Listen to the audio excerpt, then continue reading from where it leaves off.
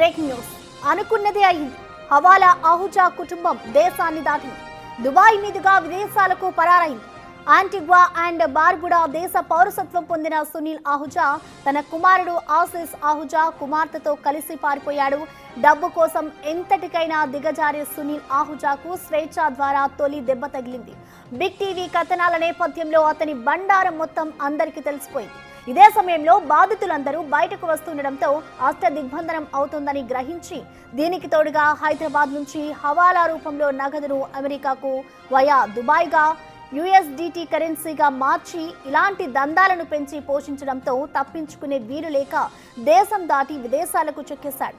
ఇప్పటికే ED Amazon, మైక్రోసాఫ్ట్తో సహా వివిధ పేర్లతో మనీ ట్రాన్స్ఫర్ చేసిన ముఠాను పట్టుకుని 260 కోట్ల వ్యవహారాన్ని బయటపెట్టింది. దీంతో ఈ ముఠా చేసిన యుఎస్డిటి కాయిన్స్తో చేసిన దందా ఎప్పుడు బయటపడుతుందో, స్వేచ్ఛ లాంటి ఇన్వెస్టిగేషన్ పత్రికలు బయట పెడతాయోనని అలర్ట్ అయి డ్రగ్స్, హవాలా మనీ ఉన్న యాంటిగ్వా అండ్ బార్బుడా దేశానికి దుబాయ్ ద్వారా చెక్కేశాడు.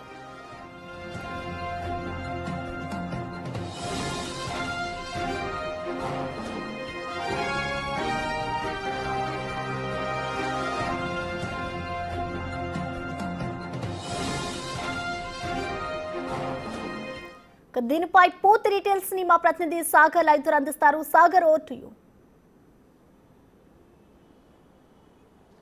ప్రసన్న, సునీల్ కుమార్ ఆహుజా తన కుటుంబంతో కలిసి విదేశాలకు పారిపోయాడు. అయితే ఫైనాన్సర్ ఫ్రాడ్గా వందలాది మంది బాధితులను మోసం చేసి వారి ల్యాండ్స్ను కూడా రిజిస్ట్రేషన్ చేసుకొని మోసం చేసిన సునీల్ కుమార్ ఆహుజా పైన తాజాగా హైదరాబాద్ సిసిఎస్ పోలీసులు, యుఓడబ్ల్యూ పోలీసులు, మరోవైపు మోకిలా పోలీసులు కేసులు నమోదు చేశారు. మరోవైపు ఏపీ లిక్కర్ స్కామ్లో కూడా హవాలా ద్వారా భారీగా నగదు తరలించారన్న ఆరోపణలు కూడా సునీల్ కుమార్ ఆహుజా పైన వచ్చాయి. సో ఈ నేపథ్యంలో సునీల్ కుమార్ ఆహుజా పైన బిగ్ టీవీ వరుస కథనాలు వేసింది. సో కేసులు నమోదు చేయి పోలీసులు కూడా అలర్ట్ అయ్యారు. ఈ నేపథ్యంలోనే సునీల్ కుమార్ ఆహుజా తన కొడుకు, కూతురుతో కలిసి విదేశాలకు హవాలా రాకెట్ నడిపినటువంటి సునీల్ కుమార్ ఆహుజా అదే హవాలా అనేది ఎక్కువగా నడిచే యాంటిగ్వా అండ్ బర్ముడా అనే దేశానికి పారిపోయినట్లుగా కూడా తెలుస్తుంది.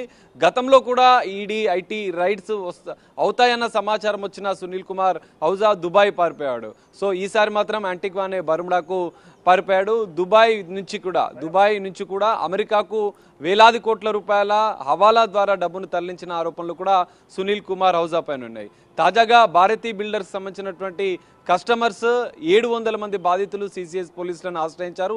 పెద్ద ఎత్తున ఆందోళన చేశారు. సునీల్ కుమార్ ఆహుజా మోసం చేశారు, దాదాపు 13 ఎకరాల భూమిని కాజేశారంటూ కూడా. సో ఇవన్నీ కేసులు నమోదైన నేపథ్యంలో సునీల్ కుమార్ ఆహుజా తన కొడుకు, కూతురుతో కలిసి యాంటిగ్వా అనే బర్ముడా అనే దేశానికి తరలి వెళ్లారు. భారీగా డ్రగ్స్, హవాలా దందా నడిచినటువంటి ఆ దేశానికి వెళ్లిన నేపథ్యంలో సునీల్ కుమార్ ఆహుజా తన యొక్క ఆస్తులను కొన్ని రోబోటిక్ లాకర్లలో కూడా భద్రపరిచి ఒక బడా కాంట్రాక్టర్ వద్ద పెట్టినట్లు కూడా కొన్ని ఆరోపణలు వస్తున్నాయి. సో ఈ నేపథ్యంలో బాధితులు ఆందోళన వ్యక్తం చేస్తున్నారు. ఇప్పటికే తెలంగాణ పోలీసులు కూడా పెద్ద ఎత్తున అందుపైన గాలింపు చర్యలు చేపట్టారు. ఏపీ లిక్కర్ స్కామ్ కేసులో కూడా సునీల్ కుమార్ ఆహుజా పైన ఆరోపణలు వస్తున్నాయి.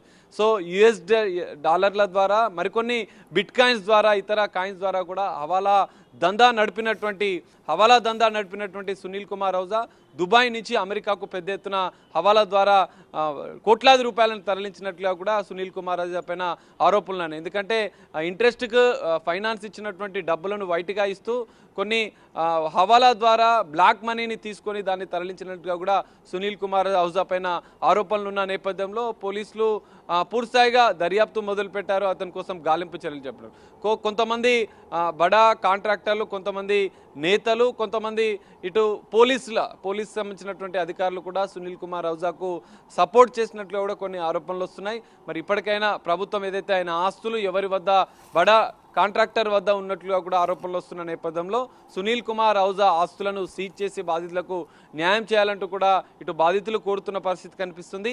వందలాది మంది, కొంతమంది బాధితులైతే ఏకంగా 100 ఎకరాలకు పైగా సునీల్ కుమార్ ఆహుజాకు రిజిస్ట్రేషన్ చేసి 50 కోట్ల రూపాయలు తీసుకొని 100 ఎకరాల తమ భూములను సునీల్ కుమార్ ఆహుజాకు రిజిస్ట్రేషన్ చేశారు. వాళ్ళంతా కూడా లబో దిబ్బోమంటూ రోడ్డున పడ్డ పరిస్థితి. అనేక మంది రియల్ ఎస్టేట్ వ్యాపారులు వందలాది కోట్ల రూపాయల భూములను ఇటు సునీల్ కుమార్ రౌజాకు జీపీఏ చేశారు, కొంతమంది రిజిస్ట్రేషన్ చేశారు. సో వాళ్ళ జీవితాలన్నీ ఇప్పుడు రోడ్డున పడే పరిస్థితి. ఇటు భారతీ బిల్డర్కి సంబంధించినటువంటి అంశంలో కూడా 700 మంది కస్టమర్లు డబ్బులు కట్టలేదు, దాదాపు 70 నుంచి 80 కోట్ల రూపాయలు డబ్బులు కట్టినట్లుగా కూడా తెలుస్తుంది. సో వాళ్ళంతా కూడా రోడ్డున పడే పరిస్థితి ఉంది. సో తమ భూములు తమకిస్తే ఇప్పటికే సునీల్ కుమార్ రౌజాకి భారతీ బిల్డర్స్ వారు 105 కోట్ల రూపాయలు చెంపించారు.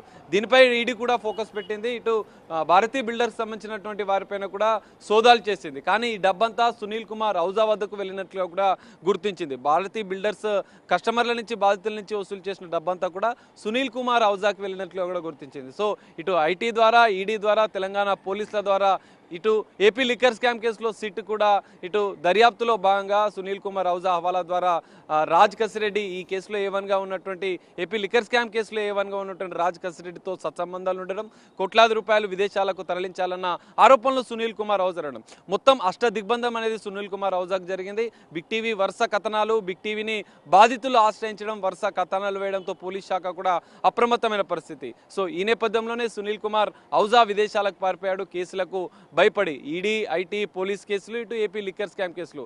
సో దిగ్బంధనం జరిగింది. ఇక తనకు వేటు తప్పదు, ఎందుకంటే తనపైన యాక్షన్ తప్పదు, తనపైన చర్యలు తప్పవని సునీల్ కుమార్ రౌజా భావించి తన కొడుకు, కూతురుతో కలిసి ఆంటిగ్వా అండ్ బర్ముడా దేశానికి తరలి వెళ్లారు. మరి ఇప్పుడు బాధితులకు ఎట్లా న్యాయం చేయాలి అనేది కూడా తేలాల్సి ఉంది. పోలీసుల దర్యాప్తు ఇంకా కొనసాగుతుంది.